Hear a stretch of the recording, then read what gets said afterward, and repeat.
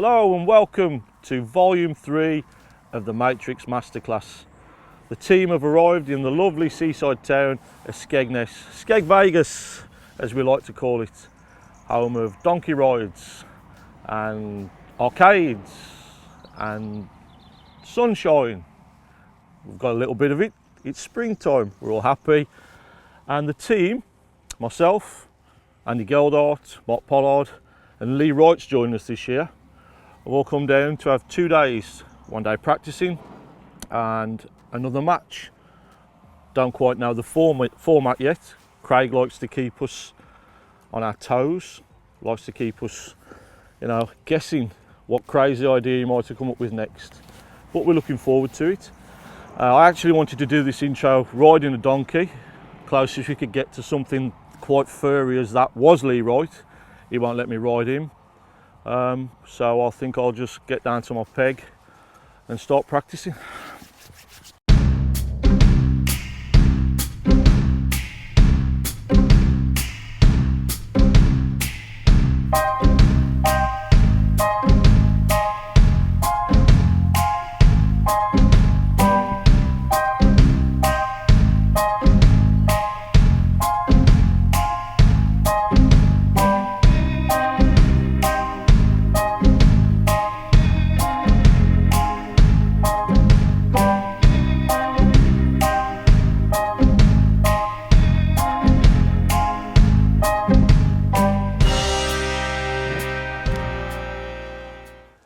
I'm just flicking a few pellets, as you saw there, out. Just trying this method first of all, which is banded pellet. I'm fishing power micron, 016, 16 hook, 018 main line, and one of my little MP 7.3 gram. Set it at about 1.5 foot, 6mm dynamite XL feed pellet on the band. And just feed in a few of the XL Dynamite 4s just by these lilies, because obviously I'm just trying to work out what's the best way when we fish the match tomorrow to get a weight from the peg. Be it, I haven't started fishing for silverfish yet, but maybe it might be best going for silverfish, but I thought I'd just try for carp first and just see what happens. But I've been getting some nice silverfish on this. I've only been fishing probably 20 minutes. So it's just a method that I'm just going to try first of all and just get a feel what that's worth probably in an hour, and then I'll try an hour on something else. But it's just trying to get what I feel, because we're at Heronsmead, it's the first time I've fished here, what is the best method.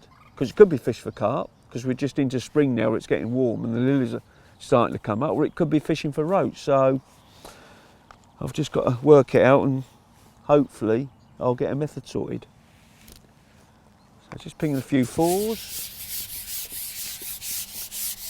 rotating it or slapping it a little bit, making out when the pellet hits as if it's a pellet going in the water. 2 or 3 times and let it settle and hopefully catch a fish like we have there. But a lot of nice roach and rudd in here that I've had at the moment. I've had a few carp.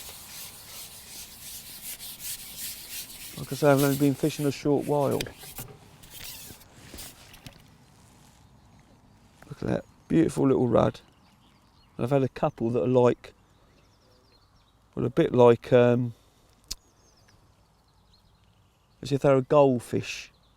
More like a golden orf, but they're not. Absolutely immaculate condition, the fish that I've caught here. I had one roach probably nearly a pound. You see the catapult I'm using is one of the Matrix pellet pingers, designed for firing pellets and just keeping them in a close area around your float. Work perfectly, and obviously the windier it is the more you've got to pull back, but they really group them nicely around your float, perfect when you're shallow pellet fishing. Simple little moulded pouch, little tag of nylon on the end just to pull, little quick release system in the top. Very simple, very light and very effective. Looking for it to go, which it did. 1, 2, 3. If after probably 4 or 5 rotations it don't go, I'll then feed while the float's out there a couple of times and then start the procedure again. I've got the Nemesis at 13 metres here. It's a lovely pole, because it's very stiff, it's a lovely pole for rotating and coming down. And all I've got is through the top 3 of a puller bung, I've got our orange number 8 elastic running through the top 3. There on it went, just before I was going to feed again. And that'd be another roach or rug, not a carp. But fishing a slightly softer elastic, the orange, which is their second one up in the hollow core range, just because it's a little bit more forgiving and it's got a little bit of strength to it as well. If I do hit a carp, just to pull it away from the lilies.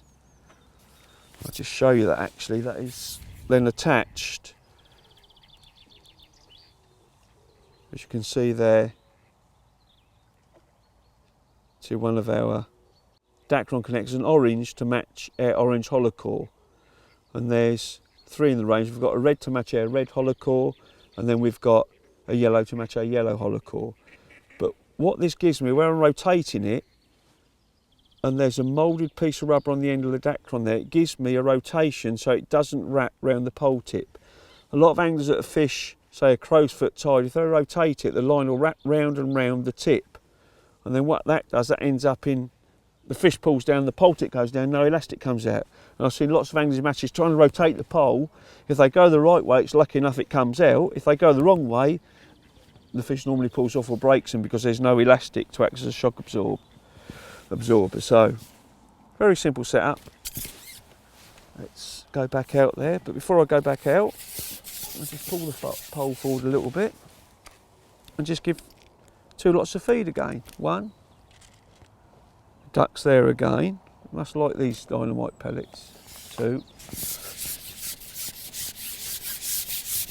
Then go.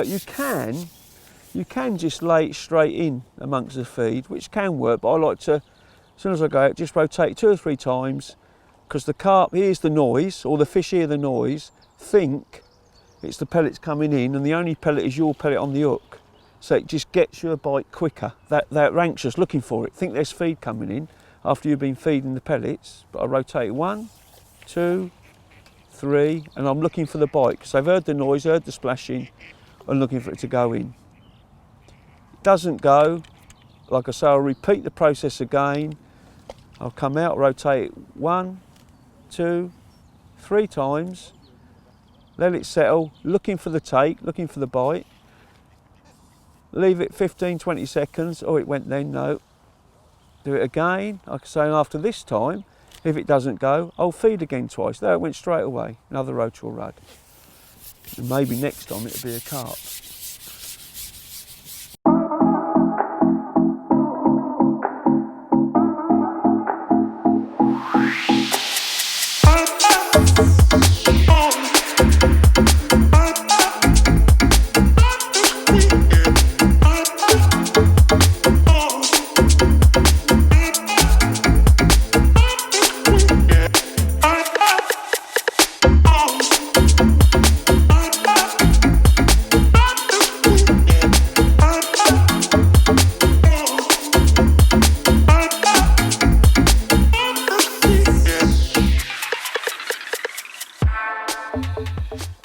So today I'm experimenting with my feeding a little bit, and just trying to see if the fish wanting to be up in the water, I'm fishing it like a worming caster mix in a peat slop.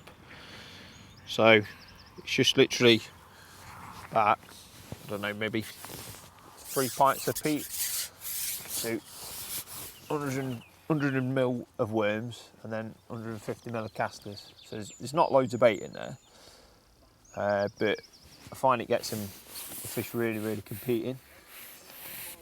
It just makes it like when you chuck it in, it makes a really nice cloud through the water. It almost, if you get it right, and when it's mixed, it almost like hangs for a split second at the top of the water level, which obviously gives you a longer catching time.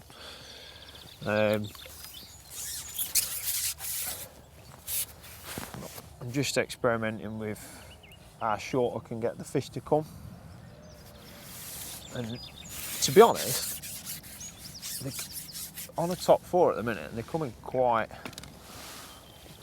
short, and obviously I can swing them in as well, which is an added bonus. Got a nice like softish laggy on there. It's a Matrix 8s, set fairly soft, but I still want it with a little bit of kick back in it, so I can swing them in. Needs to be. I don't want to be like netting every fish really.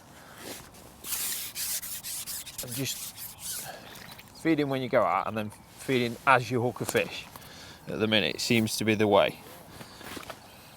Had a little experiment with hair rigging the worm for a minute, 10 minutes or so, and although I hooked some better fish by doing it, it slowed my catch weight right down, and I think it's actually better to hook it directly. It seems so anyway.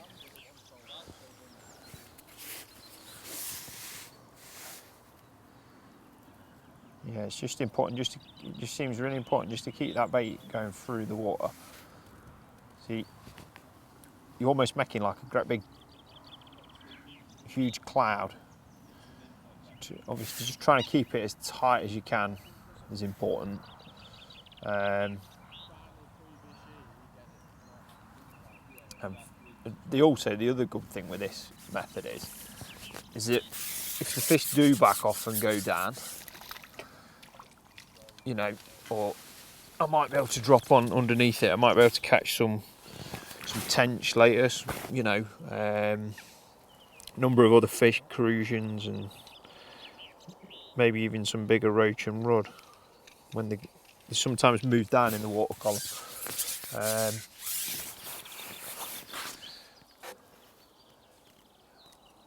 Also seems to be a bit better when the ripple's on the water. It's probably because I'm fishing so close in, to be honest.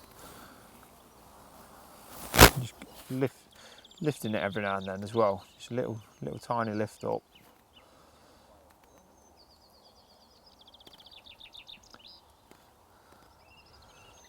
You'll probably get like maybe 30 seconds or so off each feed, I tend to find.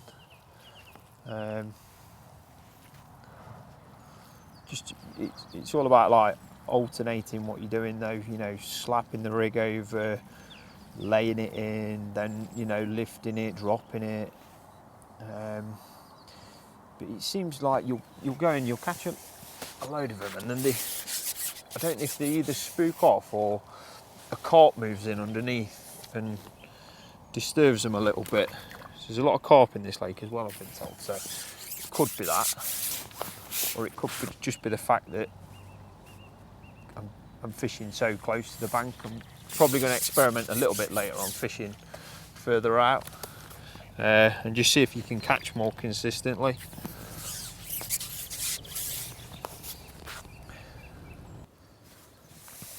Okay, so this method, as you can probably tell, is quite messy. So it can be a good idea to have just a little tub of water on your side tray, just to keep your hands clean after you've fed it. Actually, as well, it helps you create a better ball. Sounds a bit odd, but if you're constantly in your mix all the time, some of it clings to your hands, and it's actually better if you can wash your hands. You don't have to do it all the time, but it just helps you throw a little bit better ball, be a bit more accurate. So obviously today, with it being a practice day, it's really important to try and find out what is going to be the best method. You know, it's just the same as fishing in a match, and if you was in a practice match before the match, you'd be wanting to find out what's the best bait, how close can I catch the fish, is it better to loose feed, is it better to throw balls of slop in, is it better to fish at like 10 inch deep, is it better to fish at 18 inch deep? And that can change on a daily basis, but there's certainly a lot you can learn from practicing. It's not just about, you know, bagging up and, oh great, I've caught a load of fish. It's how you catch them.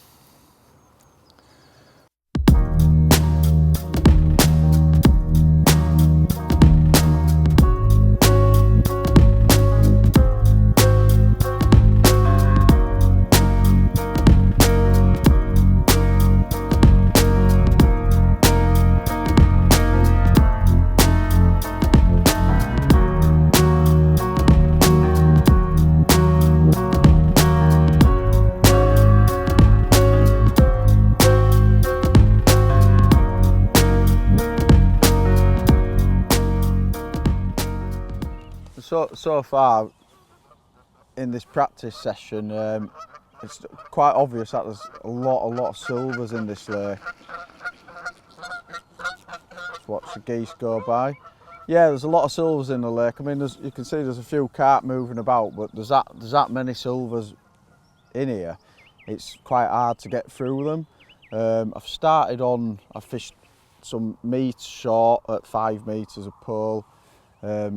Hoping I could catch a few carp and some big silvers, but I've had 2 carp and some nice roach up to 8 to 12 ounce, but not many bites.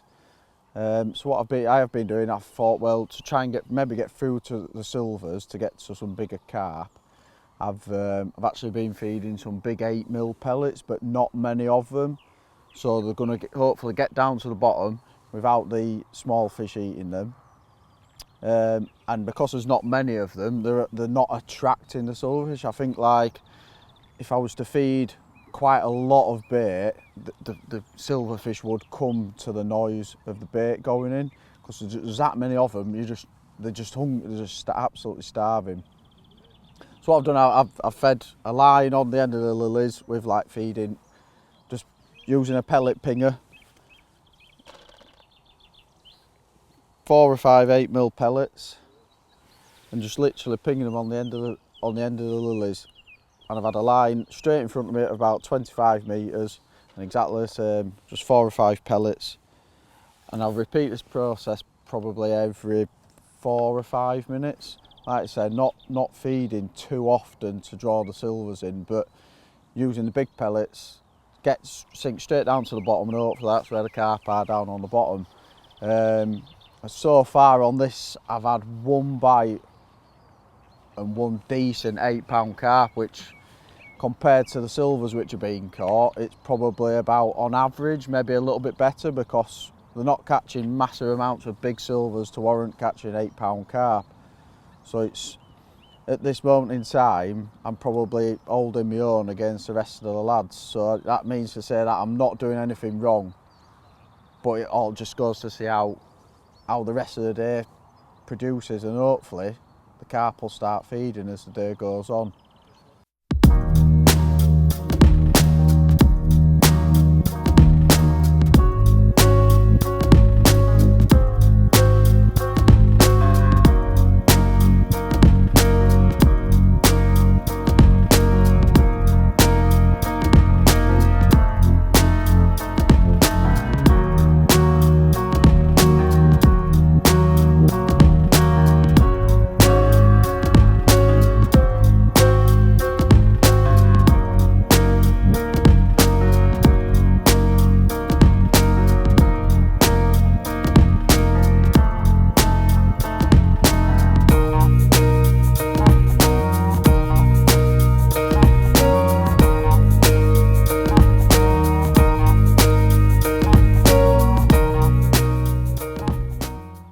I'll just run you through my setup real quickly. I've got the 023, which is 8-pound Carp Master Mono main line, to a 20-gram bottle bomb, reasonably heavy, so make sure that it's nailed onto the bottom. Don't move when you get liners and things.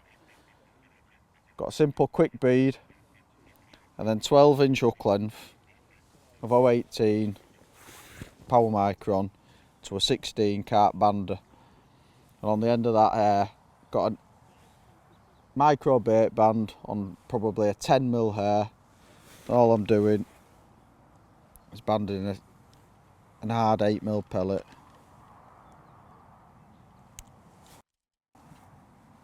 And there you go, that's it. Loose feeding over the top, and that just sits on the bottom round your loose feed and just looks exactly the same as what you're putting into your peg.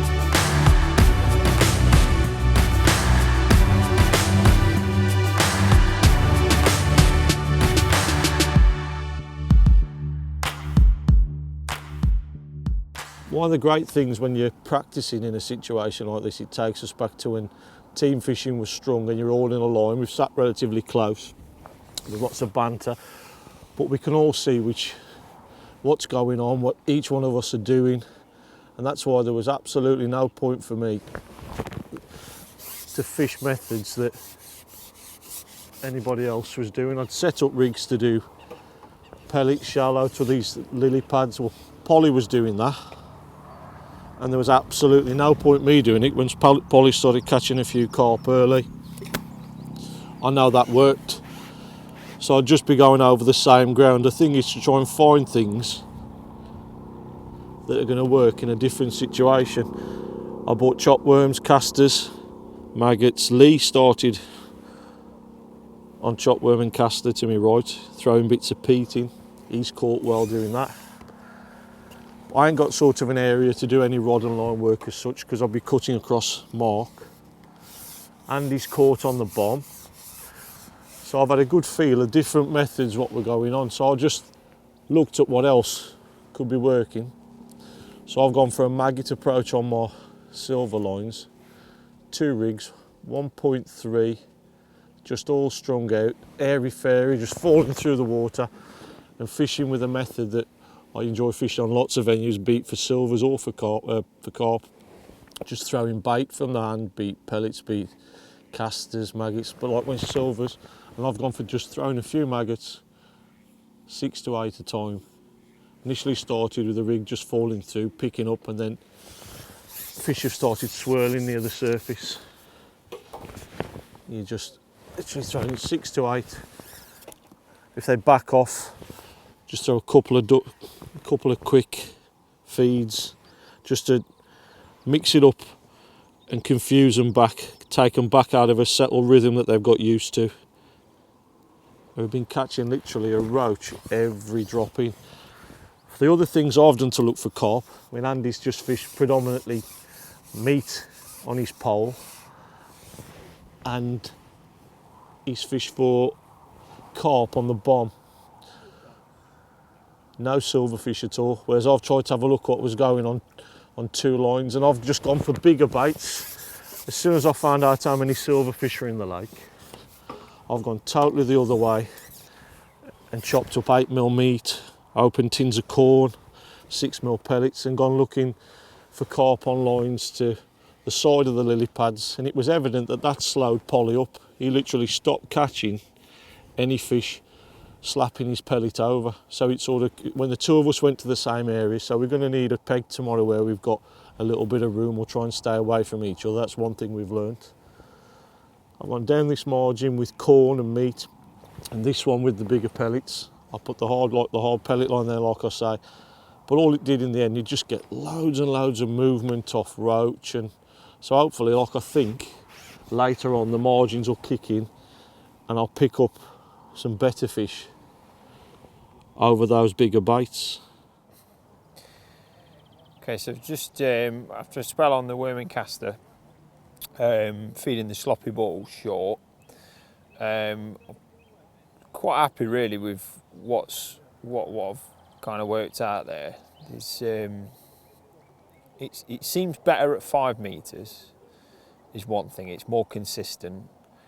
Feeding like a decent sized ball, you know, very regularly is the main thing. Obviously fishing shallow as well. I have had a quick go on the deck underneath it, and not really had a lot there at all. But I think the fish just want to be up in the water, and because of the way I'm feeding, that's how you're going to catch the majority of fish that are there. With it being roach and rudd, they're always going to want to come up in such shallow water like this. So I've just, because I'm happy with that, I need to now find out how to catch the carp, and got like this bit of a lily bed in front of me here. I've not gone right to it. I've just literally just come a little bit away, from probably a metre off, I'd say, because I can always go a bit longer later on. I just need to know how to catch them though. And what I've done to try and avoid all the roach and the rudd that are in here, I've just potted in some 8mm pellets and corn. I've probably only fed it 3 times, just sort of 20 odd pellets at a time. That's one.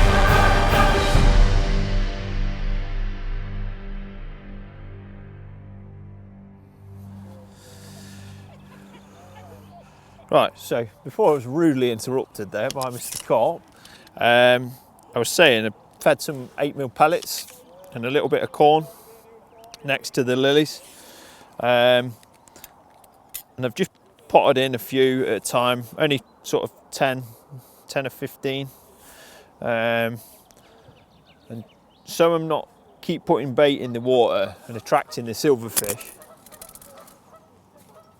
I'm just going to do exactly the same thing again. Repeat the process.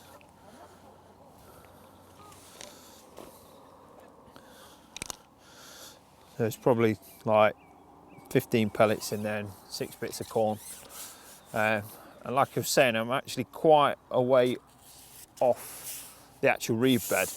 And if I can catch them there, I'm more likely to get them out as well. Gives me a bit of a fighting chance. I've also opted for a solid elastic as opposed to a holler, really because you've got a little bit more time on them when you first hook them, because they are going to bolt into them reeds. Like that one just went absolutely crazy down the edge. You definitely know where the snags are. So I'm going to give it another go now, see if I can catch another one. Well, I've just changed over just to another method, just to give it a try and practice for tomorrow. I caught a few carp and I started being pestered by roach, but decent roach, 5, 6, an odd 10-ounce fish I did have out there. So I decided to start fishing this caster line, where I'm fishing dead depth with a single dead red on, a rig falling through the water, and oh there we go, then I'll have a light rig, and straight on it I'm getting some nice roach on this. Only been fishing it probably about 10-15 minutes. That's some real nice fish.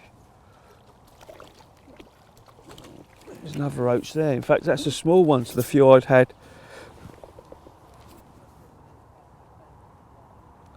Beautiful roach, absolutely beautiful.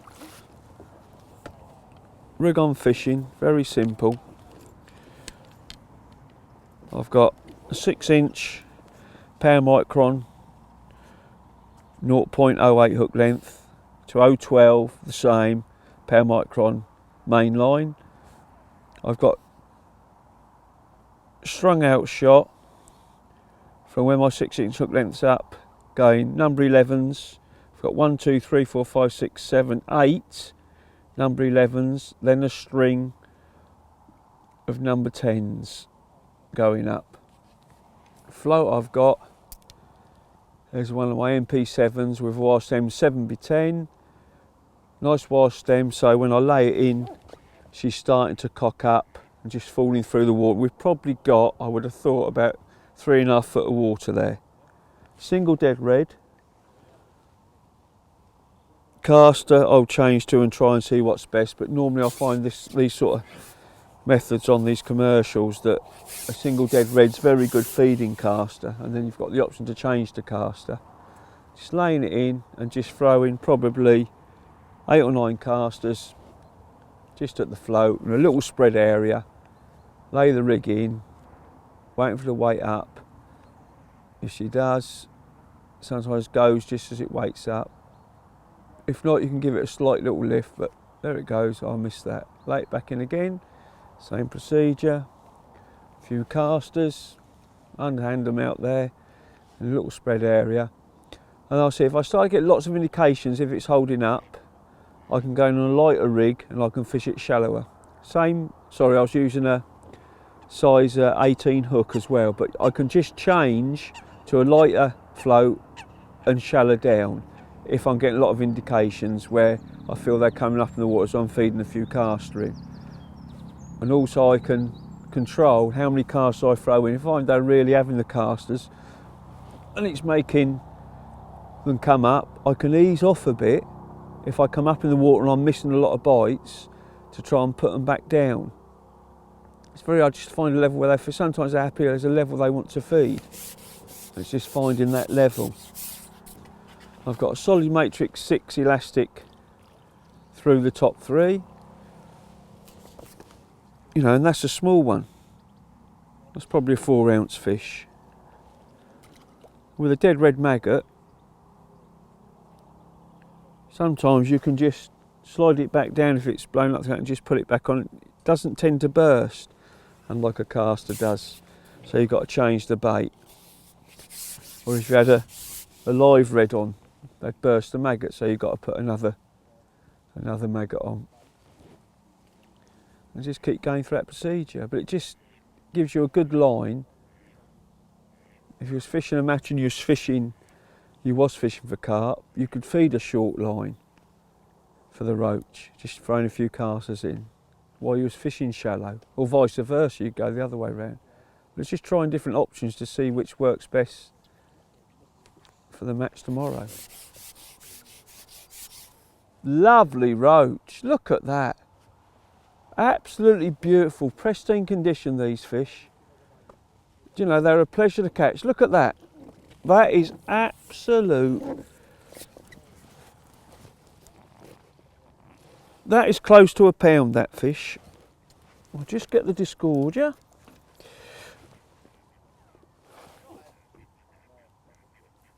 Look at that roach. Absolute pristine condition. That's 9 a pound, a beautiful fish. So I'll catch some of those tomorrow in the match.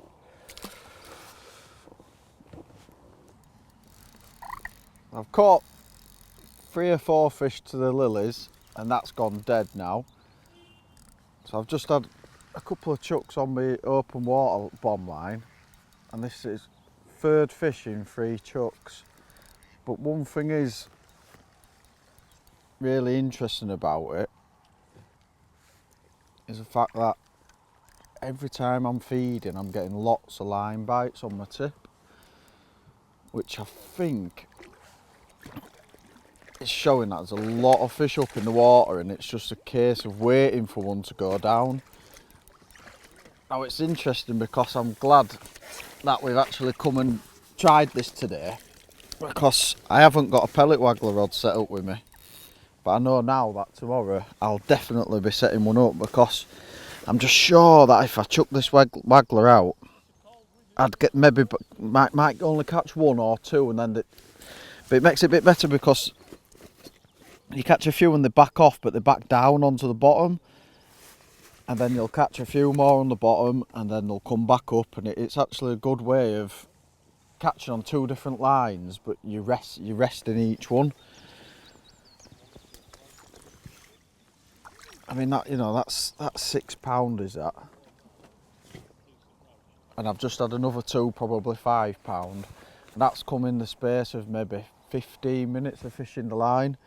You know, so I've gone from catching nothing for 20 minutes and I've put £15 in the net in the space of 10 or 15 minutes. So it just shows you how quickly you can put a weight together of these fish. As you can see, I've rested that carp line when I was fishing for roach. I've just gone out there and it's a 2 in 2 puts. This one's a better fish if it keeps still.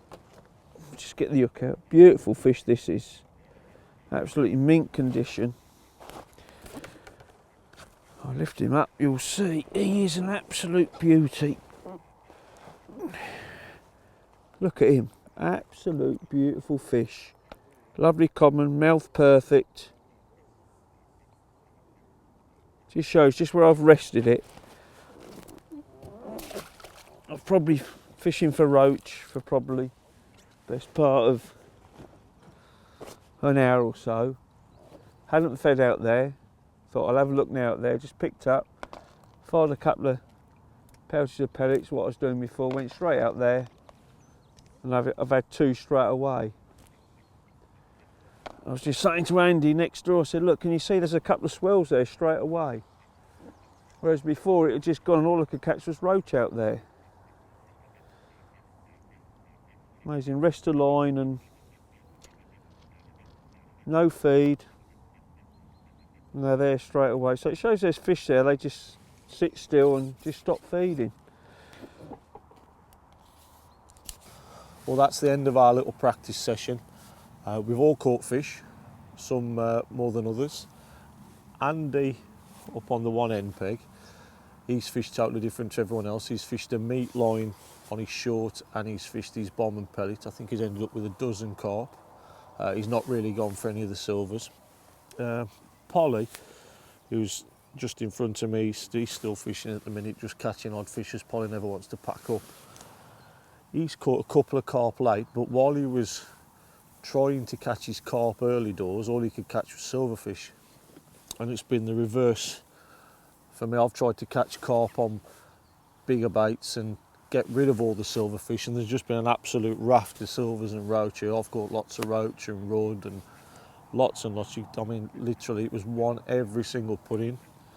And then Lee, he's caught well silvers early, and then he's absolutely emptied his margin late on. He's got 10 carp or so. But one thing it has proved, we sort of found out that we've all learned certain methods that we're going to catch on, be it banded pellet shallow, be it a bomb. Andy C thinks he might even set up a waggler. Lee's caught down the edge. I've caught well with maggots. Lee's caught well with worms. So there's an abundance of silverfish. So the silverfish tactic's going to be in either a cast of worms or a maggots approach. And the carp approach is one of edge fishing, bomb pellet, banded pellet. But the main constant for where the carp have been caught, the ends, but everything has come out of a snag, literally. Polly's fishing in amongst the lilies, Lee's caught in amongst the lilies, Andy's caught with his bomb in amongst lilies, even though he has caught some further out in the lake on a longer line. But the one constant has been the fish are wanting to be tight in amongst the snags, so it could be a case of beefing up some gear. As for tomorrow weight-wise, it could be any. I mean, it's going to be a decent bag of silvers and potentially an equal sized bag of carp. It'd be an interesting match. I'm thinking if it really fires 30, 50 pound, around that in silvers, and the stamp of the carp, what we've seen, who knows if they really kick on, about the same, if not upwards. So it's going to be tight. It just depends who gets what methods, who fishes where. It'll be down to the pegging, really. Right, we've had a great day today at Heron's Mead. They've caught loads of fish, and as you know, we've encouraged you to fish for both carp and silvers, and there's a reason for that. As you know, we said tomorrow's going to be a match, and it is going to be a match, but it's going to be a slight little twist on it, that you can fish for carp, or you can fish for silvers, but you can't fish for both. If you're fishing for carp, anything other than a carp, you're going to be chucking back. If you're fishing for silvers, and you hook a carp, if you land a carp, it's not going in your net. It's going back in the water. Still, but one will fish for carp and the others fish for silver. That's it. Still going to be a pairs match as we originally said, but out of each pair, nice. One will fish for carp Only spare cast. and one will fish for silvers. Right. The draw bag's out again this year. We put some good old faithful Kinder eggs are back in there. So what we're going to do, we've got a silver coin in some, and we've got a bronze coin in the other. All right. So if you draw a silver coin, you're fishing for silvers. Right. Unfortunately, Andy's had to nip off home, so he's going to have whatever's left in the bag. No doubt, as usual, it'll be a flyer, but we'll pick what we've got, and we'll see what you're fishing for. Before we draw, what about pegs though? You'll decide that on the morning. We'll decide that, and we'll also sort the pairs, because the pairs is actually going to be a blind pairs, so none of you are going to know who you're fishing with. Oh, that's good. There's always a twist. So we'll start with Polly. And before we start, because there's a twist, is it weight or points? Well, it's going to be on weight. Could be a draw. Right, we'll go in age. Love these guys. Sounds like a pound coin, knowing you. Oh. Fishing for. That's for carp. Places on the carp. That about Carp. that sums me in York, that doesn't it? Silver. And obviously, I've drawn for Andy, and he's got silver. So that's it. We'll be back tomorrow, and we'll crack on with the match. Do you want this back? No, keep that. Don't you know what you mean to me? Open up, set your heart on free, blazing out in the sunshine. Oh yeah, getting hot in the sunshine. Oh, join me in the sunshine.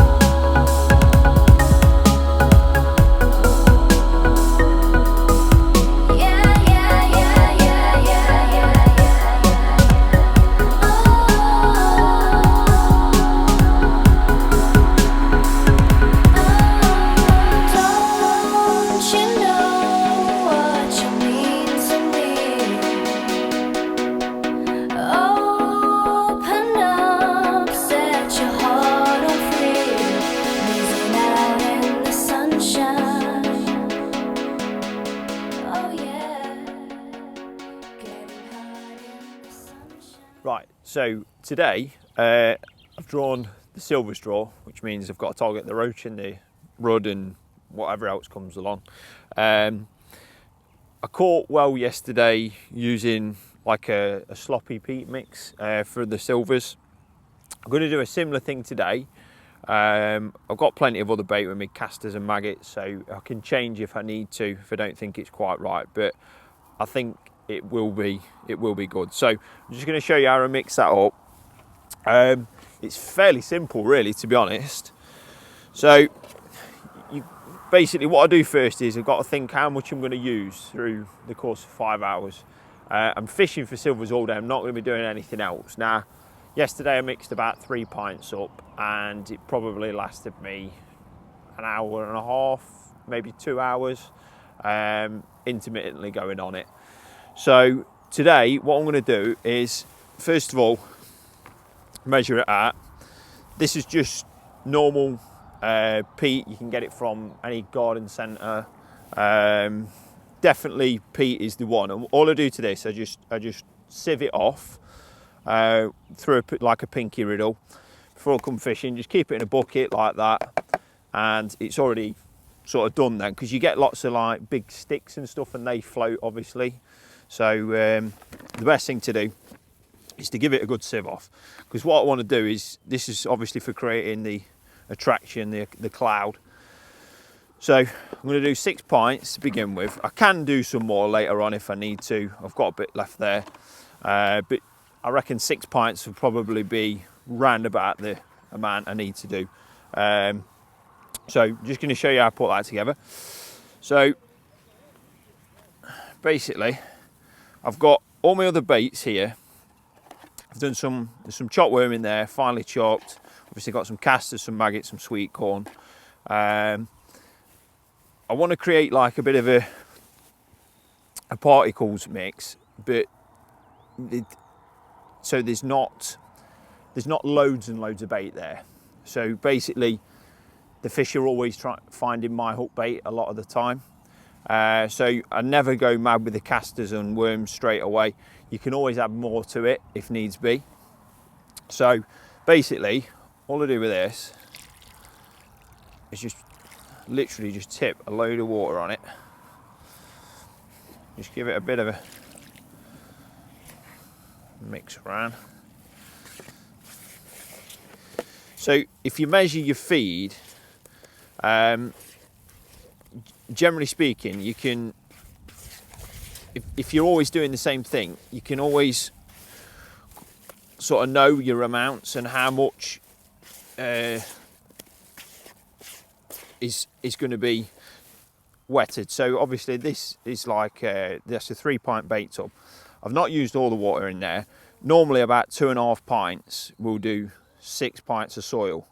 That's quite wet. It will soak on a little bit, but as you can see, like if I do that, what you want to be able to do is kind of make a sloppy ball. It's almost like a sloppy paste. And obviously I can throw that in, it'll go into the water and it just makes like basically it like hangs there for a couple of seconds, makes a lovely little cloud, and obviously the particles are feeding there. There's a few casters, a few worms going to go in there, and me keep slapping my hook bait through it. Obviously the fish are going to come in and hopefully find my bait first. So what I do to this, again, measuring that, so you know how much to feed. So this is a 250ml pot. Now, probably sort of half fill that. So you're talking maybe 125ml, something like that in there. Obviously that's got some juice in it as well. Normally do a full pot of casters for 6 pints of bait. So they'll go in there like that. And then I just want just a few dead maggots, not loads.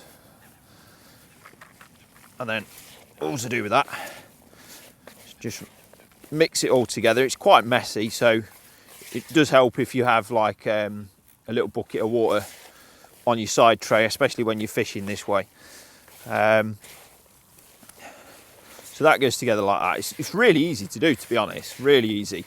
And it's a great way of catching fish. Now, I can, with that as it is, I can throw that in a ball.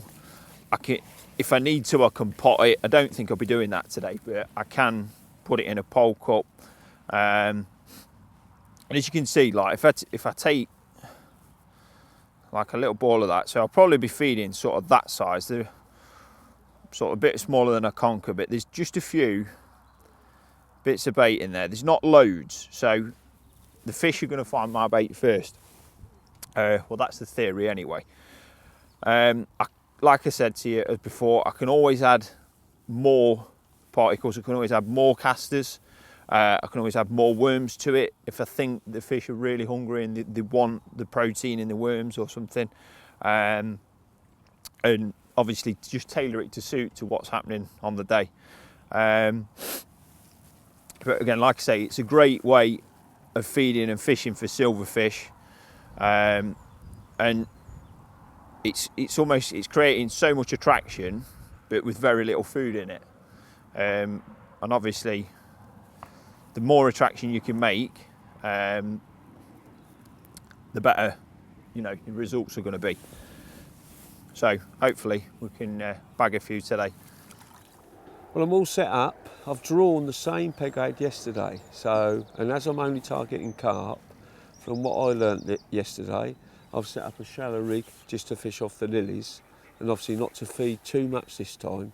So I found in practice yesterday by just cutting the feed back, and if I rested it when I had to look for roach, because I didn't know which method I'd be fishing today, so I had to practice on the roach as well, I found when I went back on it I caught a few carp, and then I eased back on my feed and I found it worked. So I'm happy with that method out there. Also, from what I learnt from Andy, who chucked a straight bomb firing hard meal pellets out, 6 mils. I'm going to try that. I'm going to have a straight lead set up. And also, he was saying he had a few liners, so I'll set a little Waggler to go over that. One of the Matrix little loaded ones. That'll be going over that. So I've got 2 lines, or 2 methods to fish over the straight bomb, where I'll be pinging some Dynamite 6 mil XL hard feed pellets. I'll be feeding 4 mils on the shallow rig by the lilies. I've got one other little trick up my sleeve for out there. It's one of my favourite methods, dobbing bread. Now, yesterday the lilies were knocking, and one of the guys had a bit of sandwich and threw it in, and the carp come up sucking it. So obviously they like bread, and like all venues, although we're into spring now, it's getting a little bit warmer. There was a frost last night. I thought I'm going to get myself a loaf of bread. I know I'm fishing for carp, and I'll set a rig up for dobbing in the lilies, which I do a lot of rookery waters. And it does work, and the lily pads are knocking, so there's carp in there, so that might give me another little edge in catching a few more carp. And then a method I didn't set up that Les fished and Lee fished yesterday. Lee had quite a few carp in the margin, although Les didn't, but then that's another story for Les, poor old boy. But I'm going to set a margin rig up where I'm going to fish swim stim, Dynamite swim stim, green and red krill, mixed 50-50. With sweet corn and only a few dead red maggots I've put in there. You can see there, I've only put a few dead reds in there. Simple reason is there's a lot of roach here. And I don't want to attract the roach, but then carp do love maggots, so I'm just putting a few in. Means I can put a bunch of red maggots on, and I can try a big particle bait like sweet corn. But hopefully the roach, I'll probably still have it, but hopefully I won't get pestered so much when I have a look down there. But it gives me a line to feed down there. I've got 2 lines out there, the shallow pellet and dobbing the bread. And I've got 2 methods then for 1 line out in the open water. I'll be firing hard 6 mil XL Dynamite pellets, feed pellets, and I'll be chucking the straight bomb and a little loaded, one of their little loaded Wagglers over that. And hopefully I can maybe just keep nicking fish, because we don't know what sort of weights we're looking at. If we went on yesterday, I would have thought, you know, me and Les that are fishing for carp today, one of us to catch maybe 60, 70 pound perhaps, but we'll see. It's another day, and with the frost last night, you just never know with fishing. And then the 2 lads that are fishing for roach, well, be interesting to see what they can put together. But it looks like it's going to be a nice day, but it was very cold last night. So let's hope I catch a few fish. Well, here's the peg that I've been given. Not the one I'd have chose Mark's peg. but he wanted his own way and wanted to fish the peg that he fished yesterday. Looks nice, lots of options, lots of features, lily beds, reeds, pallets, but it's all one constant depth. I've got 3 foot there, and it's just all one depth. So if I need to change, I need to move about, I can start another line knowing after. Everyone, let's go. See what I mean? All their way. I'll just go back through that. We've got lily pads. Well, I'll have one line, another line on that lily pads. The far line of the lily pads, I'm going to fish a bomb and pellet. In this margin as well, like I say, it's all the same depth.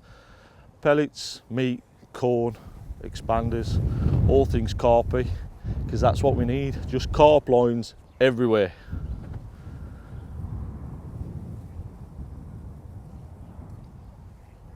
Yeah. Go. Yeah. Yeah. It's just got windy. That's just what I need, and it just all in. I'm about to start firing pellets. Where's that come from? Good old Skegness. The guys have got set up and the match is underway, the fishing. It's a little bit cold last night, so we're not quite sure how it's going to go, but as we said, the format of the match is it's a pairs, but a blind pairs. So although one's fishing for carp and one fishing for silvers in each pair, they don't actually know who they're fishing with. What we've done is actually sat them next to the partner. They don't know, but Polly's sat next to Lee and they're both partners, and Les is next to Andy and they're both partners. So there might be a bit of rivalry peg to peg, but what they don't realise is if they work together, they'd actually probably get on a little bit better. But that's the joy of the blind pairs. Hopefully it's going to be a good day. They'll catch a few fish and hopefully it'll be close. But we'll see how the next 5 hours go, and we'll see you in the weigh-in. Right, I'm going to kick off shallow today. Basically yesterday during the session, it was pretty much evident that early doors there were lots and lots of carp just hanging around, just skulking underneath the pads. That's why Polly's gone for a little bit of a dobbing approach by the look of it, right in the heart of the pads. But it was definitely right to catch a few early fish. Just dead simple rig, 4x12s, a little dibber, 016 to 014, 20s band, a little band, 6mm pellet, ping a few 4s, 6 to 8, and just keep whipping the rig over, see if we can pick up some early carp. While Polly's looking for mallards by the look of it. There's about 6 just pulled in, and I don't think there'll be anything funnier than him hooking one of them, to be honest. Go on, Polly. Anything on the bread? Nothing. No. 14 mile for a loaf, and there was 4 at breakfast.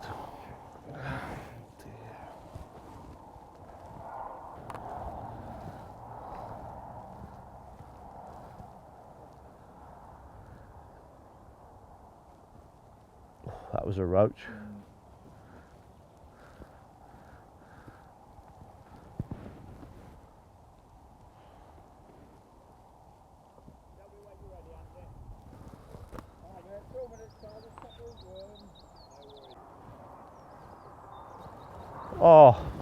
Oh yeah. Yep. And there's the first fish that doesn't count.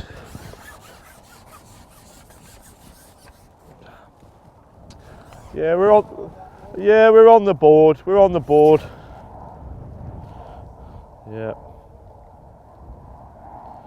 You're a beauty. Look at him. Oh. Nil point. Nil point. You just put him in the net? Yeah, well the plan is, see, my thinking is, if he's not fishing with me, that's one less rod he can catch, isn't it?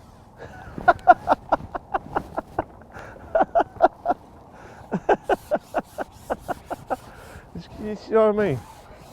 But don't tell him that, because he's only put one net in.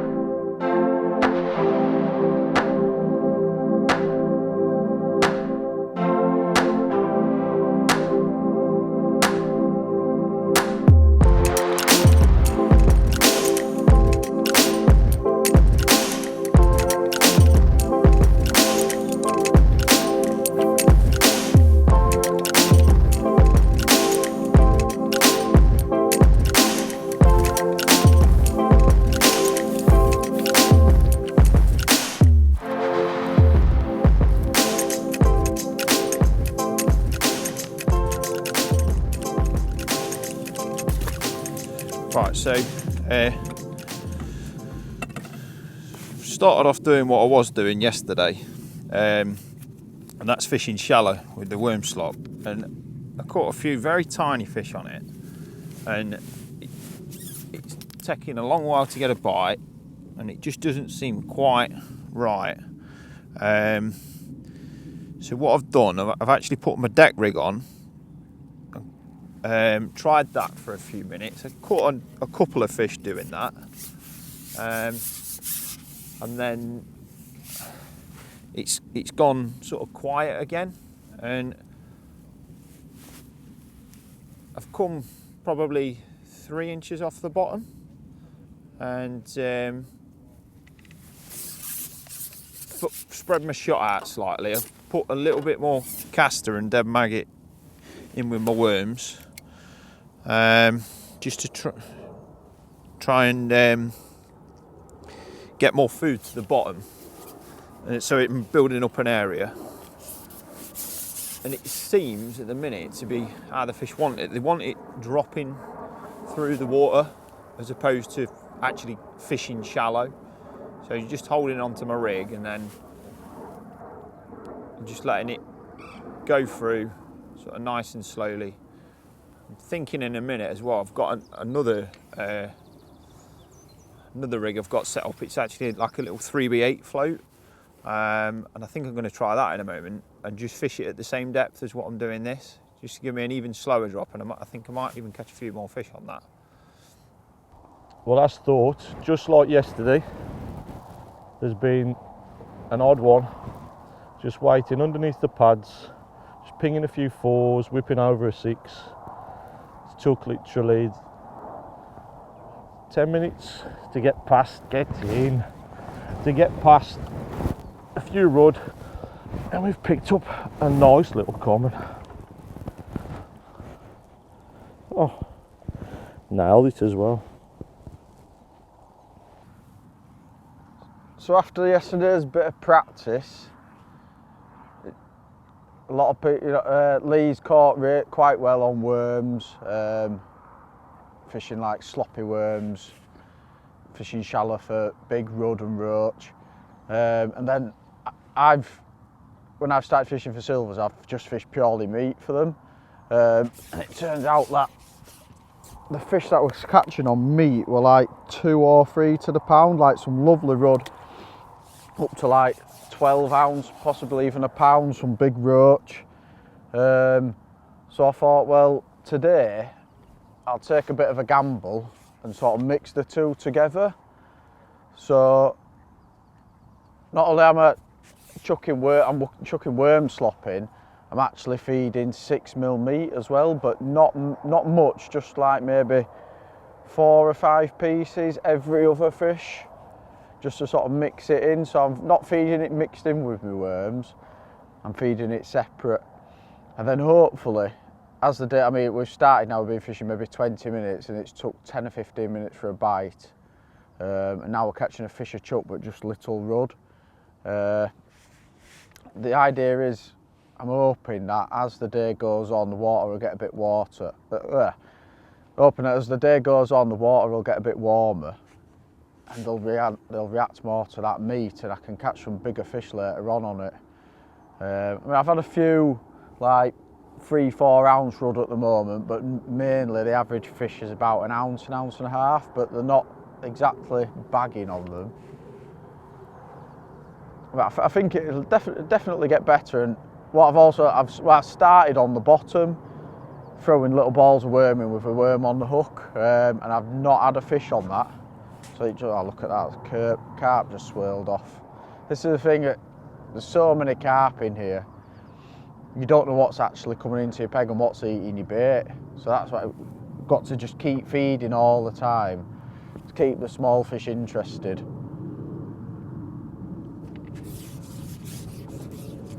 At this moment in time, fishing a 16s hook with a tiny piece of worm head on, just to get bites really. And I'm thinking that as the day goes on, We'll have to fish a bit bigger baits to avoid the smaller fish as the better silvers come into the peg. That's the plan anyway. I think it'll take some time. It's been a cold morning this morning. Like I said, the peg is getting slightly better as we're fishing. We've only been fishing 20 minutes, so fingers crossed it should pick up a little bit. That's a roach, 2 or 3 ounce. I mean, that was on yesterday's afternoon standards, that's a small fish, is that? I think, like I say, I think as the day goes on, we'll get a lot more bigger fish coming to the peg. I'll just throw some meat again. Just sort of alternating. One fish I'll go back out and feed a ball of sloppy worms. And then the next time I catch a fish, I'll go out and feed 4 or 5 pieces of meat.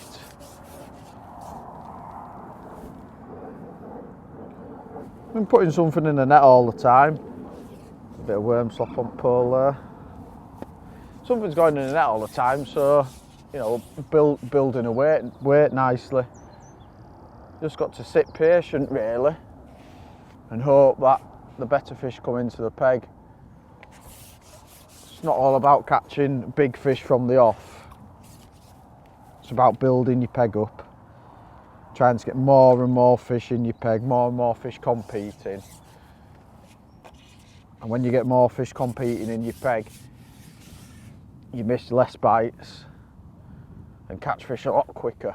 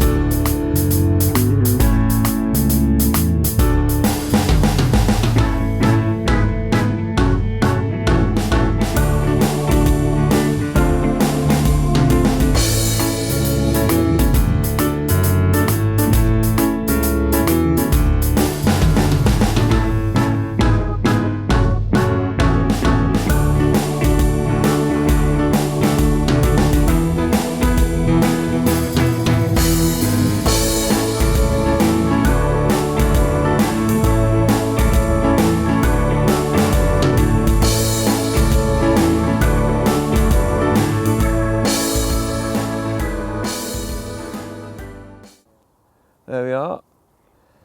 There's another one. It's very slow though.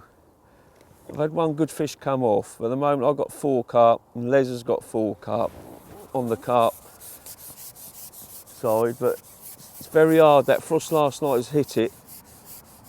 The silverfish aren't really showing either, but I'm just slapping it out there, feeding dynamite 4mm XL pellets. Just taking it easy, not feeding a lot now, cut the feed right back.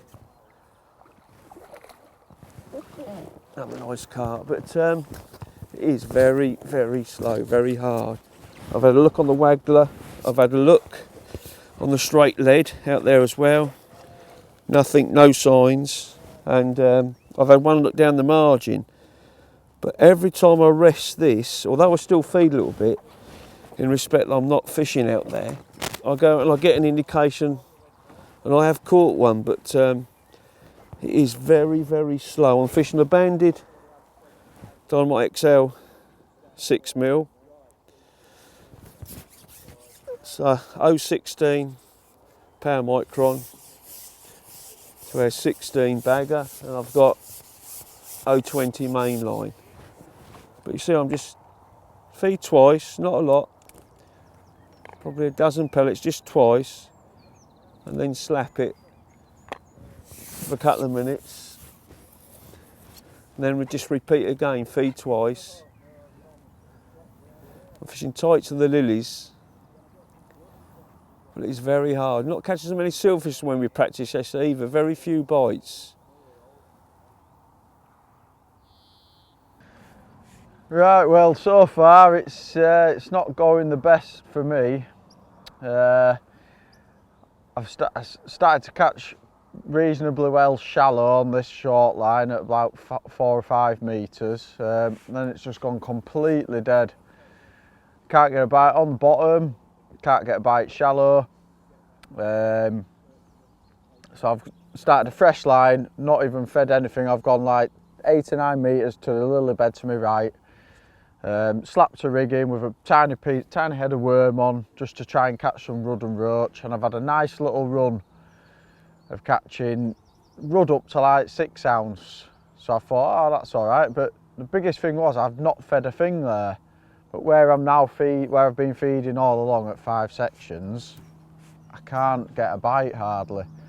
So yeah, that was quite good. And then all of a sudden I've started to catch a couple of carp, and I just can hardly get any bites there now. So I've had another look now on my short line, on this line again, and first fish I've caught's been a carp again. So I don't know if it's this wind that's blowing into me or what, but it's not very good for the roach or rudd at the moment. I've had 6 carp now, probably for about £30. I mean, I'm keeping the bait going in, because I'm still hoping for the silverfish to switch on at some point on this line. It's just a matter of when, really. I'm catching a very odd fish on this line, but not a lot at all, really. And like I say, when I went to the lilies, I had a good spell of fish, but I've only been there once, and then I started getting carp. So I'm just going to leave that again, not feed anything, and then have another go there in maybe 5 or 10 minutes and just see if them carp have moved back out and there might be some roach and rudd to be caught. It's just very strange how where I'm feeding I'm not really catching a great deal, and then I've just had my best spell of the day where I've not fed anything. So it's as if the fish are not wanting to feed at the moment. I've got to keep the feed going in on this line, just in the hope that some fish turn up. That's another fish, small rudd. I'm even fishing double maggot now to try and make something happen, see if I can catch anything that swims, really. Just 2 dead red maggots. I'm still fishing a 16 hook, but just 2 dead red maggots. Everything's the same. I've got a bulk at roughly half depth, about 8-inch away from my hook length, fishing about 14-inch deep, something like that. I've tried lots of different rigs, lots of different depths, different shotting patterns. Nothing seems to be any better than the other. It's just a case that the fish aren't ready to feed yet, I think. And Polly's battling it out in the middle of the lilies with another carp. So I don't know, we'll just have to wait and see. Hopefully they'll start to have a feed as the day goes on. Oh, there's another one. Well, this is better. This one's shot away from the lilies.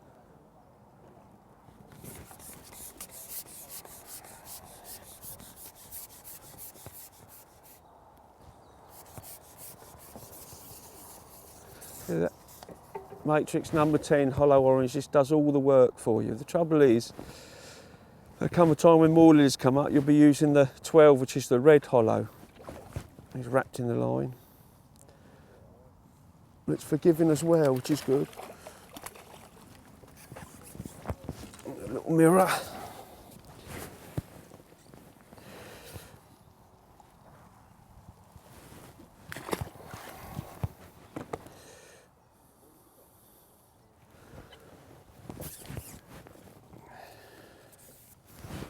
Same procedure again. Cut lots of pellets. And out we go.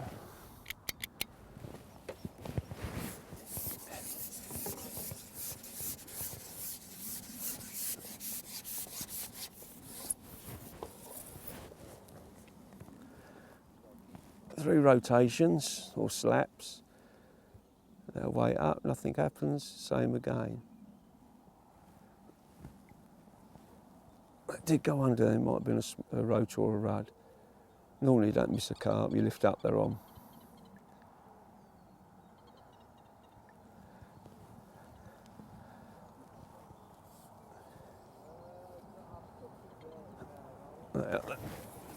Rudd this time, a non-counter. I think Lee and Andy would be pleased to catch that. Lovely rudd, beautiful fish. Look at those, beautiful fish. I've had some of the colour of golden orph out of here as well. There's beautiful colours in them. Again, 2 lots of feed. I'll give it 3 lots this time. Just go through the same procedure. It's just like it's finding that depth as well when it's just coming out of winter into spring. It's always a little bit deeper than you'd fish summertime. Like I say, that's probably at 14 inches. I tried a bit deeper, but this seems about the best depth.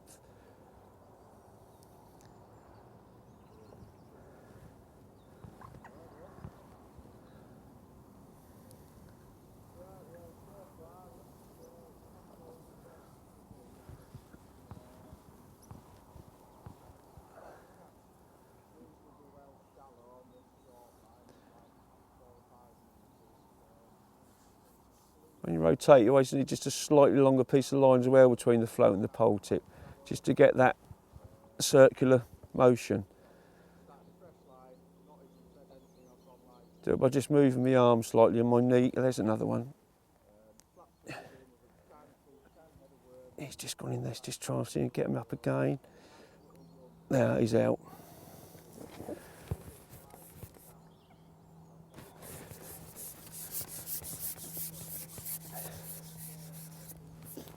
But with that rotating and slapping, they think it's a pellet coming in when you're turning it round, but the only pellet there, although it's making the noise, is the one on your hook. So therefore they grab it sooner and you're not putting too much feed in.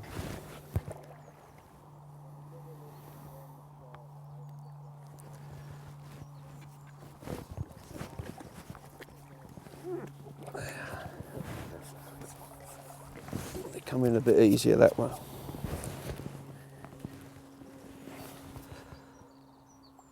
Yeah, another nice fish.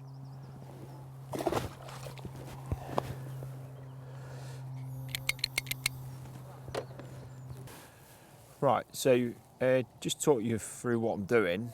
I've changed my approach slightly now. I started off fishing shallow, throwing in balls of slop. What I've done, because I feel because of the cold night last night, the fish they don't really want to come up. They want to be off the bottom, but they don't want to come up and compete for the food. So what I've done is I've put a deeper rig on, and I've just changed what I'm doing slightly. So I'm fishing around about 6 inches off the bottom, just with a little worm head on. I'm feeding slightly bigger balls and less often, but with more bait in. So more worms, more casters in, and just throwing them in a lot less regularly as well. So I'm probably still feeding quite regular, but I'm literally just fishing for a fish every time. It's not as if I'm going in fishing for millions and bagging. Just dropping the rig through the water, holding a nice tight line to it. And they just seem to want to be just off the bottom, but they won't. It's funny because if you put the rig on the deck and fish on the deck and try and force them down, they don't want to be there, and all you get is fish hooked in the bottom lip, which is obviously telling me that the fish are going down after the bait. So I'm kind of going to where they want to be and feeding how they want to be fed, instead of sort of me trying to get them to come shallow when they don't really want to be there. I mean, it might change again later as it warms up. It might it might actually change again, but I'm just feeling like a bigger ball. Like I say, it's a lot less regular, but still, so there's something going through the water, and there's quite a lot of particles in that now, worms, casters, and the fish have gone from the small shallow fish, and I'm catching them to like a pan now. I've had a couple that are probably a pan, quite a lot of like fish between 6 and 8 ounces. So yeah, I've probably got over 100 fish now, I'd have thought. Just need to click that one. And it's going well, to be honest. And I feel as if it should get stronger as well.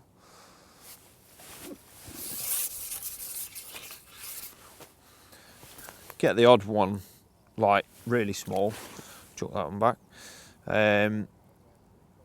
That sort of take it on the drop, which tells me that the better fish are obviously sat underneath the small ones. And it's really weird, because if I come any further up off the bottom than 6 inches, I miss bites. You know, if the fish are small, you don't get quite as many bites. But it just seems that when fishing at the minute is the consistent area. It's almost like a middle ground. I've had a couple of carp on this as well. You tend to get these little quiet spells, and it's normally when a carp comes into your peg. And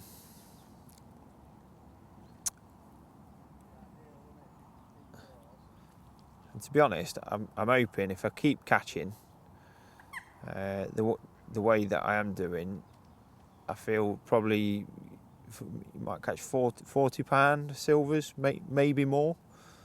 It depends if they do want to come up later on in the day, then that could be really good.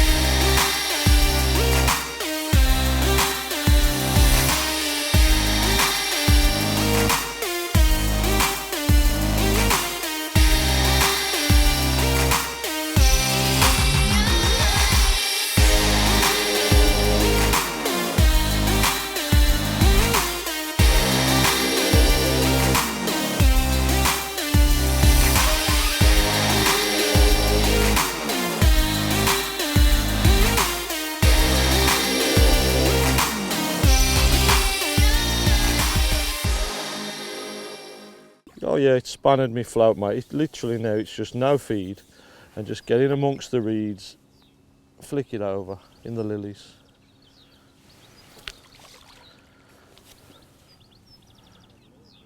Running repairs will be needed.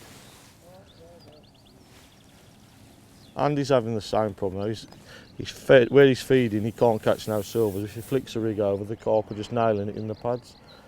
But it went real quiet, and I just thought, cut all the feed out and just try and find a little bit that's clear. Dropped a plummet on and dragged it, and there's just a little bit of a nook just where 16 metres is. Polly's just had a nice spell as well. He must be doing good because the crowd's turned up, look.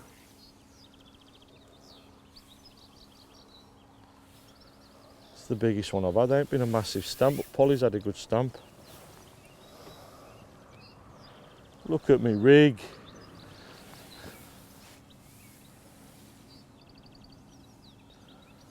Still, we've had one on the bomb. Pick these up all.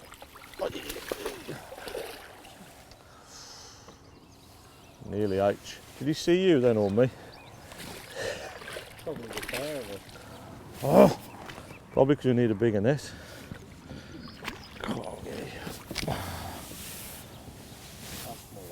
That's more like it. That's what we need. That's what we need. He's got loads of them, no pot. Say again, Mark. Rod. Yeah, just put him back. Cheers, partner. How many of them carp have you kept for me? Oh. Oh, Rammel. Look at that. I think that's broke.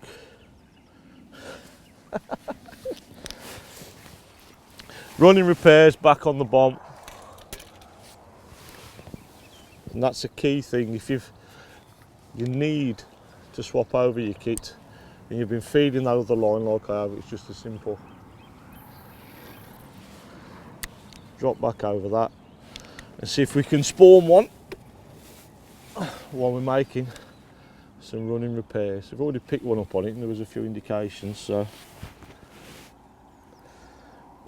we'll wait for the butt to hit me at the back of the leg while I'm putting another rig on. I've chucked the bomb out. I've had 2 chucks. This is the second chuck. I've had 2 fish where I've been feeding 6 mils out in the open water there. I thought just have a look just to see, give that shallow line a rest, because every time I rest it and got it, I've been catching. So let's just unlook this fish on a 6 mil banded.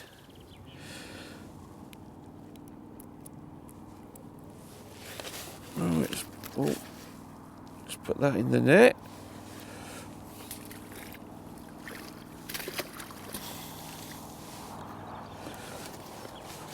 Yeah, very simple rig. Well, our new rods to come out, our little 9-foot rods. I've got one of our little rolling leads on there with a stop bead, quick change bead, 12-inch hook length, 16 hook, 018 and a banded 8mm Dynamite XL pellet.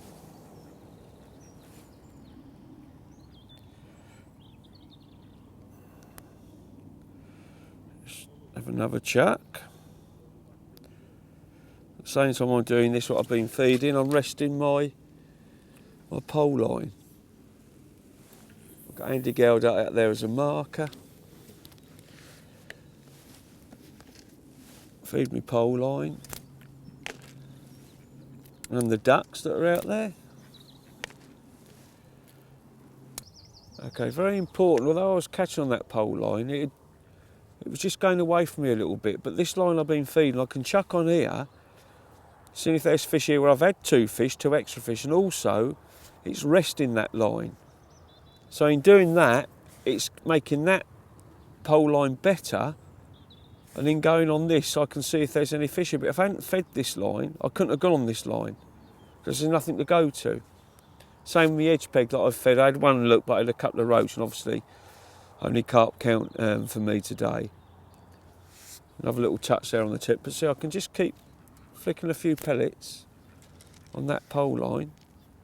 Doesn't matter about the ducks there, because ducks attract fish, but it's making that line better because I'm resting it. If any fish are moving there feeding, they'll stay there. And hopefully when I go on the pole, I should catch straight away.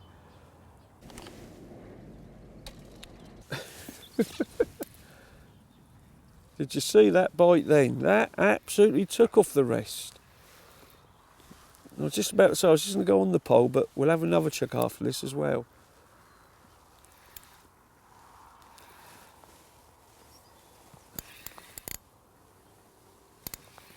Stop him from going to them lilies.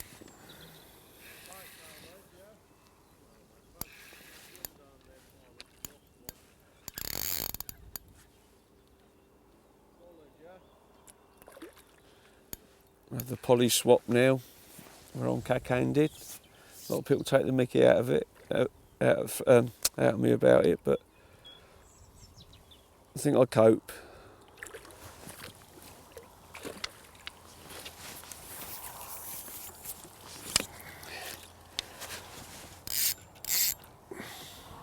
Right, I'm going to go back on the pole line now. I've had 3 fish or 4 fish on this, which are probably 15-20 minutes where I've really rested that pole line, so hopefully I'll go in and catch one straight away. So let's give it a go and see.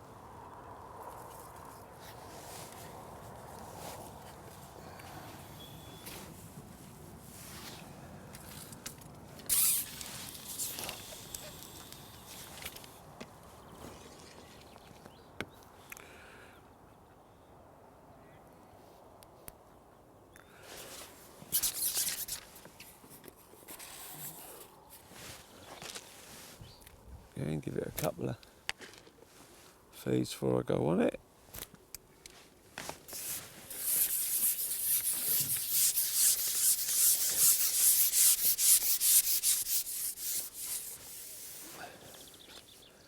Just rotate it 3 times.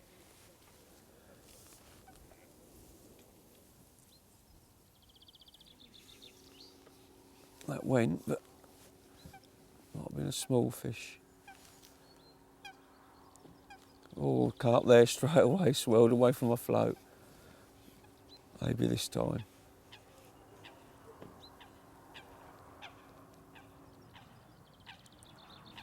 There we are. What did I say? Straight away. Just rested it, just give it enough time. Get them away from the lilies. So it had really gone iffy and left it straight away. I knew I was going to get another one. It's just that time, just resting it, give the fish confidence again in feeding.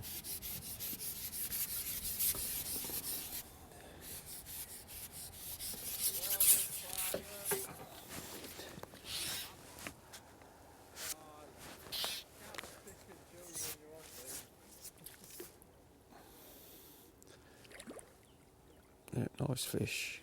Just get him out. Oh, and he's in. Oh, much bigger fish. Probably £6. See, look at that. Straight away on that other line.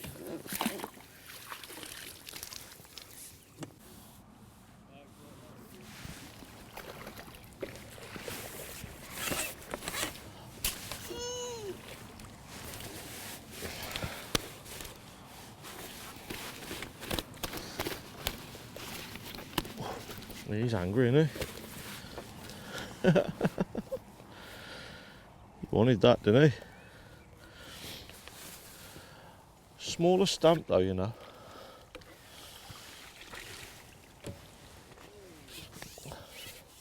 First one on the riot gear. Ooh. And when I say riot gear, I mean really strong forged eyed hooks tied like spades so they can't slip. That one's a carp bander, 16, 022, strung through the body float, straight through that. Is no hook length, a little strung out bulk of stots, but you have to use stots because the thickness of the line, normal shot would just pop. Every time it went through, it'd come back with no shot on. And then a nice strung hollow tip carbon stem, really strong bodied, foam bodied float, line through, and an additional eye just to add that little bit of extra strength. But like I say, we need snookers. Unless Lee's my partner and he's got £50 a tench. Okay, so I've been fishing probably 2.5, 3 hours now. So got well over 100 fish. Craig's rudely interrupted me catching rhythm to do a bit of explanation on the old rigs. So quickly talk you through that so I can get back to catching a few. I've set quite a few rigs up today, but the main two I've been using are this one, which is a rigger set up initially to fish on the deck. It's same elastic on both. It's an 8 Matrix holler. That's the actual depth. I've been fishing probably that much off, about 6" off. What I've done, I've just spread my shots out. I don't know if you can pick them up on the camera there, but it's just basically a spread shotting pattern. Just made a few alterations with it because of how the fish are feeding. The feeding off the deck, but down in the water. So they're probably sort of 6" off bottom. So what I've done, I've put a longer hook length on. I put an 8" hook length on. Same size hook, 16 again. I've just spread my shot out a little bit more, and all I'm doing, I'm just laying the rig in with the feed and just waiting for it to fall through. And it seems like when it's fell through gets to a certain point, and that's where they are happiest at the minute in the peg. I've also had another rig set up. I have had a few fish on this, but it's not been as good, although it was really good in practice yesterday. It's from a shallow rig. Again, same elastic again, as I've just explained, an 8 matrix hollow. It's 0.2 dibber, small little blocker shot, a 4-inch hook length on this one because I want to keep in contact with my bait a bit more. Because obviously you're fishing up in the water. The line on both of these, they're both on 0.16, so it's nice and durable.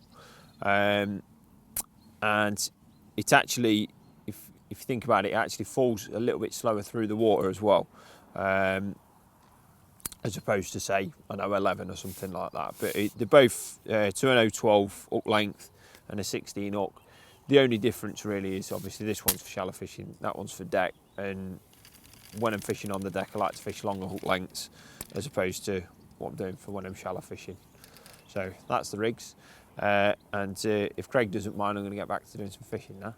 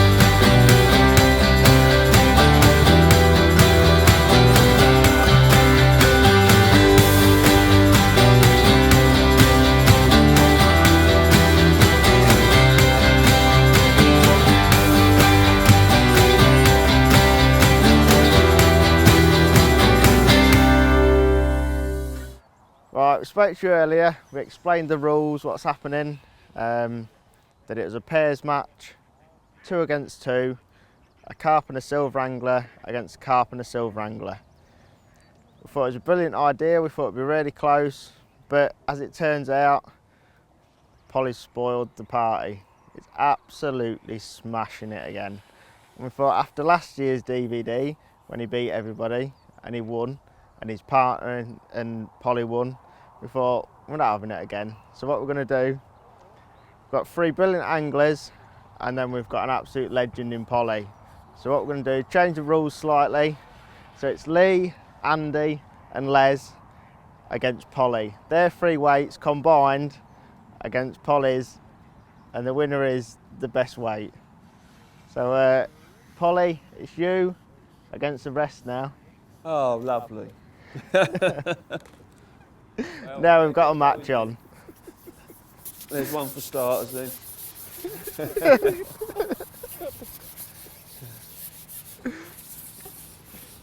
You want a match, you'll have a match.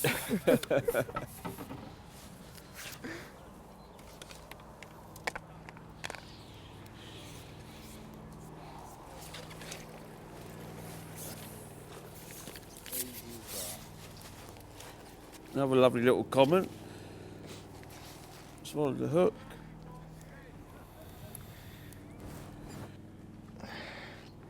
So we've got, what, £110 on the clicker now. We think Lee's probably got £40, Andy 20, Les 40. Now it's close.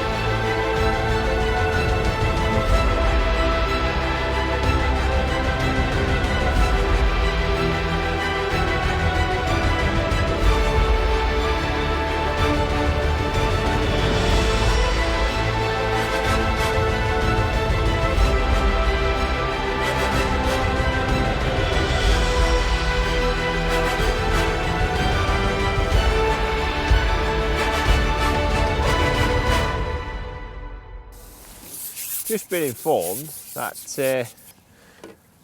the powers that be have changed the rules on the day, which I'm not particularly happy about. Because I've been working my little socks off catching all these silverfish for a while now. I've got well over 200 fish. I've actually stopped clicking, to be honest. But I was partnered with Mr. Pollard to my right, who is quite clearly winning the match. But I've just been informed now that the rules have changed and it's now me, Les and Andy against Mark because he's caught so many fish. They've decided to change the rules. The other bad thing is I've run out of bait and I'm having to now just loose feed casters and fish on the bottom. So I'm not catching as many fish. I'm still getting a few bites. You know, just fishing on the deck, fishing a wormhead. Just I've changed what I'm doing again. But I can't see us beating Polly now, to be honest, because he's just too far in front. He must have nearly £200 if he hasn't got £200. But nevertheless, I've had a great day. Caught a load of fish.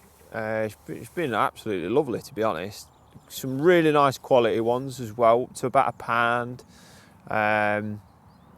Lot of sort of round the 6 ounce mark. And yeah, I'm just gonna have to change my tactics now for this last little bit. I'm hoping, because it's getting later in the day and I'm loose feeding, that I'm going to get like another run of fish, but I'm not going to get up to £200, I don't think, by any means. So we'll have to see what happens. Oh, Mark's got another one on now. Great.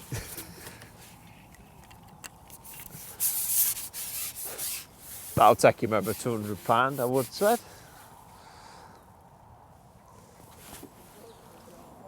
I'll just keep catching these 5-6 ounce fish.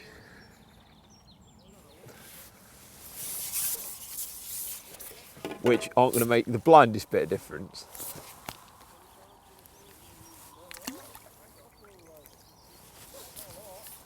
Well, there's one down the edge on the old right gear. Not the biggest of fish, but he's made a dart for it. Actually, it's bigger than what I thought. So it's been hooked straight back. Done. Big lines, big elastics, strong hooks.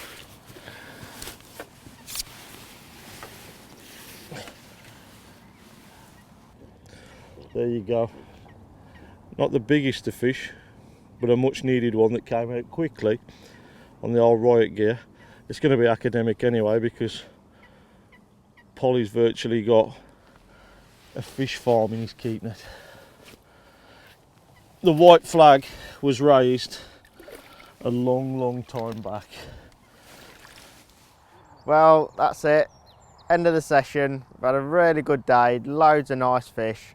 Things ain't gone to plan. We've tried our best to make it interesting. We've got now the 3 against 1 against Polly, but he's absolutely slaughtered it. But all the others have caught fish. Lee's had an absolutely cracking bag of silvers. I can't wait to see that when he gets his nets out. So that's it, all out. So we'll have a wander around the lake, we'll see what they've caught, and no doubt we'll crown Polly the winner again. Well, we've all had some, more than others, a fantastic day. It's all down there to sort out who's got what. We think we already know the outcome. Yeah, this will catch more than this on the River Nene. This Polly, wouldn't you? This will amount to at least 3 of Polly's carp. Well, you called it 23-12. 20. This is holding it. Jeez, hold it 1 second. Wait there. Try again. Yeah.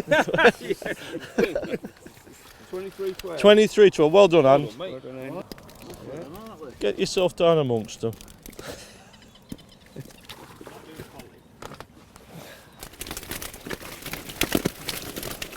Look at that. Carp corner. Carp corner. Come on, we're losing water. We're losing water. Whoa. Go on, Andy. Get him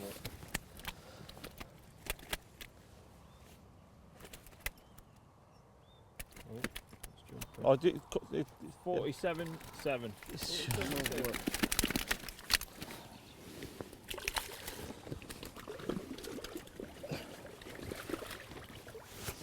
We got Mark. Got 70.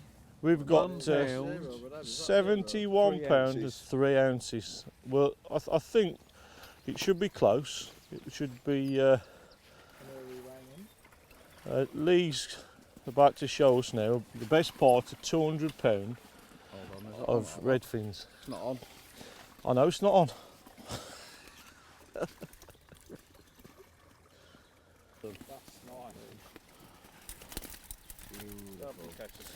Oh, mint. Yeah. Oh, that's Beautiful. It's a tough one to call. We'll have to wait till it settles. 39.8. Well done, love. well done, bagger.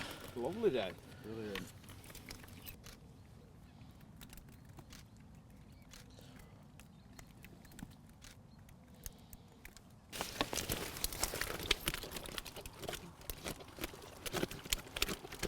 £50 4. Okay. Well done, by the way. Well done, Pollard. Thank you. Thanks for the lesson. And how much are the coaching days, incidentally? 48.6. So that's 750. So there we have it. That brings an end to proceedings. We've been absolutely hammered by the mighty man, Mr. Pollard. Small, but like an atom, he's full of power. Done us by £75. Well done, mate. Cheers, well done. boys. Thank you for the lesson. Well done, mate. Even after the rule change, it was so much of a procession, we couldn't Halfway even get through. through. Still too far ahead. It was still too far ahead. It was evident, and it was never going to happen. No carp have ever really come down that corner for me. We've all caught, I mean, £47. I think if you'd been out the £23, corner and with yeah. that frost last night, or swapped round, it'd have been different. You'd have caught more carp, I just think we and need Andy to be would have just more silvers. Or you come up more in the middle of the lake. I've But plenty of bites and caught Yeah. plenty of, you know, well, I we put can back- talk I about put that. back That's 12 carp. fishing, and that's So why we make it's, these DVDs with these You methods. And get a red letter day like that. oh, lovely. Lee's had a red letter day on roach On and silvers, silvers. Absolutely. Absolutely fantastic bag, but £23, £47. If every time you went fishing and it was Caught like that, that. it'd be boring. Yeah. And the quality of the fish. I've It's not seen rudd it's the, like that. It's the Oh, yeah. tougher days, Cracking on. and there's plenty of people that like to be moaning that they've Oh. caught 47 and Yeah. £23, Yeah, and basically a bad day's fishing is better than a good day's work. yeah. I think that's a good way to end another episode of the Matrix Masterclass. Mr. Pollard, Boil down to Polly. Thank you. thank you. Until next time. Yeah, we'll see you again soon.